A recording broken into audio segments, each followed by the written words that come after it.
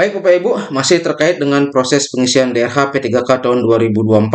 Sesi kali ini saya akan berbagi informasi mengenai dokumen atau berkas apa saja yang Bapak Ibu wajib unggah nanti di akun SSCSN, kemudian bagaimana bentuk formatnya, dan seterusnya. Di sini nanti akan saya jelaskan satu persatu. Oke, langsung saja. Perlu Bapak Ibu ketahui bahwa untuk saat ini dokumen-dokumen yang perlu diunggah itu hanya 7. Tapi di sini muncul 6 menu. Kenapa? Karena surat sehat jasmani dan rohani ini digabung nanti penguploadannya. Nah, sedangkan yang sebelumnya itu ada 9 menu. Seperti inilah tampilannya. Nah, yang hilang itu adalah penguploadan ijazah, penguploadan transkrip nilai, dan penguploadan foto. Nah, ini yang tampilan yang saat ini. Sehingga Bapak Ibu tidak perlu lagi bertanya apakah wajib lagi mengunggah ijazah, transkrip nilai, dan foto. Maka itu tidak perlu karena di sini tidak ada menu untuk mengupload itu. Oke, saya akan bahas langsung satu persatu. Nah, yang pertama yang Bapak Ibu perlu upload di sini adalah surat pernyataan 5 poin. Nah, kalau Bapak Ibu misalnya tidak mempunyai template-nya, bisa di-download di sini. Tinggal klik saja yang di sini ini, maka nanti akan terdownload. Nah, namun saran saya, Bapak Ibu silakan cari pengumuman instansinya. Karena ini di pengumuman instansi kami diberikan surat pernyataan 5 poin, contohnya. Nah, ini sudah hasil diskusi dengan admin instansi atau pihak BKPSDM bahwa format surat pernyataan 5 poin ini masih sama dengan format saat pendaftaran, sehingga Bapak Ibu tinggal mengubah tanggalnya saja, yaitu menggunakan tanggal rentang waktu pengisian DRH ini, yaitu antara 1 sampai 31 Januari 2025. Nah, di sini surat pernyataan 5 poinnya berisi identitas Bapak Ibu. Kemudian ini ada 5 poin pernyataan. Ya, inilah yang dikenal dengan surat pernyataan 5 poin. Kemudian nanti yang paling bawah di sini tanggal pembuatannya. Nah, ini pastikan tanggal ini adalah tanggal rentang waktu pengisian DRH. Nah, ini belum ditandatangan. Sehingga kalau sudah fix nanti ditandatangan, ingat seperti inilah nanti tampilannya. Ini ditempeli materai. Nah, ini tanggalnya, tanggal waktu pendaftaran seleksi. Tadi saya sudah perbaharui untuk tanggalnya. Oke, itu yang pertama Bapak Ibu. Kemudian yang kedua, file scan surat keterangan catatan kepolisian atau SKCK. Nah, SKCK, nah inilah contohnya. Nah, di sini ada nanti beberapa poin yang perlu Bapak Ibu perhatikan. Karena Bapak Ibu diminta untuk menginputkan nomor SKCK. Nah, inilah namanya nomor SKCK. Bukan yang ini ya, yang pojok kanan atas ini bukan ini, tapi ini. Kemudian, ini. Untuk keperluan apa? Nah, ini untuk melengkapi pemberkasan P3K boleh. Atau untuk melengkapi pemberkasan NIP, itu boleh. Yang penting satu rumpun bahasanya untuk keperluan pemberkasan NIP P3K. Jangan nanti di sini keterangannya, misalnya Bapak Ibu sebelumnya pernah membuat untuk melamar kerja gitu misalnya, itu nanti yang dipakai. Nah, takutnya kalau verifikatornya misalnya saklek, nanti bisa di TMS-kan. Ya, kalau bisa buat saja ulang, biar bahasanya nanti untuk kelengkapan persyaratan pemberkasan NIP P3K. Ya, seperti itulah kira-kira. Kemudian di sini yang nanti perlu Bapak Ibu input juga adalah tanggal. Nah, ini contoh SKCK yang tahun lalu ya, karena kebetulan teman kami ini belum mengurus SKCK. Nah, ini tanggalnya nanti diinputkan dan nanti menginput nama pejabat yang menandatangani. Nah, ini dia, ada 3 nanti. Untuk SKCK ini saya rasa tidak masalah ya. Ini tinggal dicari di Polres tempat Bapak Ibu. Bilang saja untuk keperluannya yang tadi ini, melengkapi pemberkasan P3K. Atau mungkin di instansi Bapak Ibu diberikan redaksi khusus, nah itu tinggal diikuti. Oke, kemudian berikutnya yang ketiga adalah file scan daftar riwayat hidup. Nah, ketika Bapak Ibu sudah mengisi DRH, maka di sini Bapak Ibu cetak DRH perorangannya, tinggal diklik saja, dan cetak juga DRH riwayatnya. Nah, lalu cek di downloadan. Ini DRH perorangan, ini sudah langsung muncul foto otomatis Bapak Ibu. Walaupun Bapak Ibu di akun SSCSN itu tidak perlu mengunggah foto lagi, tapi ini sudah otomatis muncul. Ini namanya DRH perorangan yang berisi identitas Bapak Ibu masing-masing. Nah, di sini ada bagian yang kosong yang diisi dengan tanda bintang ini. Bapak Ibu nanti wajib tulis nama yang tampil ini, ditulis lagi, tulis tangan dengan tinta hitam huruf balok. Ini juga sama di bawahnya. Ini juga sama untuk tempat lahir. Nah, nanti saya akan berikan contoh DRH yang sudah digabung, yang sudah fix. Kemudian untuk DRH riwayat, nah ini dia, berisi riwayat pendidikan dan seterusnya. Nah, ini saya tunjukkan contoh DRH yang sudah digabung. Ini DRH yang tahun lalu, milik teman saya juga.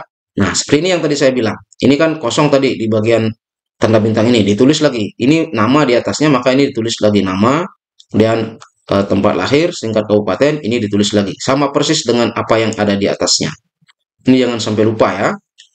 Nah, kemudian yang terakhir di bagian bawah ini, kemudian jangan lupa ditempel materai dan di tanda tangan. Nah, itu untuk daftar riwayat hidup. Oke, berikutnya, file scan surat keterangan tidak mengkonsumsi atau menggunakan narkotika. Nah, kebetulan teman kami sudah mengurus. Nah, di sini yang nanti perlu diperhatikan, yang diperlukan dalam penginputan itu kan nomor, ini namanya nomor surat keterangan. Kemudian di bawahnya ini adalah dokter yang memeriksa, ini nanti dicantumkan. Kemudian tanggalnya.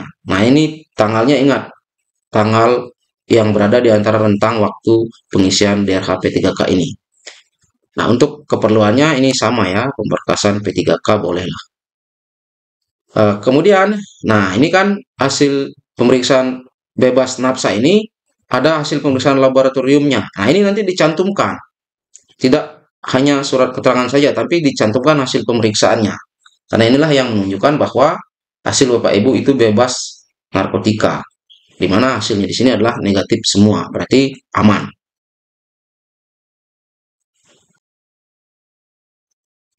Nah, berikutnya adalah surat keterangan sehat jasmani dan rohani. Nah, ini juga sudah dibuat. Nah, ini yang saya bilang tadi. Ini dua surat digabung menjadi satu. Ini yang pertama, surat keterangan sehat jasmani. Ini nomornya. Kemudian, ini keperluannya. Yang nanti perlu diinputkan itu adalah tanggalnya dan nama dokter pemeriksanya. Ini untuk sehat jasmani ya. Di sini keterangannya dinyatakan sehat. Kemudian, berikutnya surat kesehatan rohani. Nomor suratnya. Kemudian untuk keperluannya sama. Nah, di sini menyatakan yang bersangkutan tidak mengalami gangguan mental. Berarti sehat rohani ya. Nah, ini tanggalnya. Kemudian ini dokternya. Nah, ini juga dalam penginputan nanti, kalau surat keterangan sehat jasmani dengan rohaninya itu berbeda dokter pemeriksanya, ini kebetulan berbeda dokter pemeriksanya. Dengan ini ya, ini surat jasmani. Maka nanti diinputkan kedua nama dokter tersebut. Cuma dipisah dengan garis miring.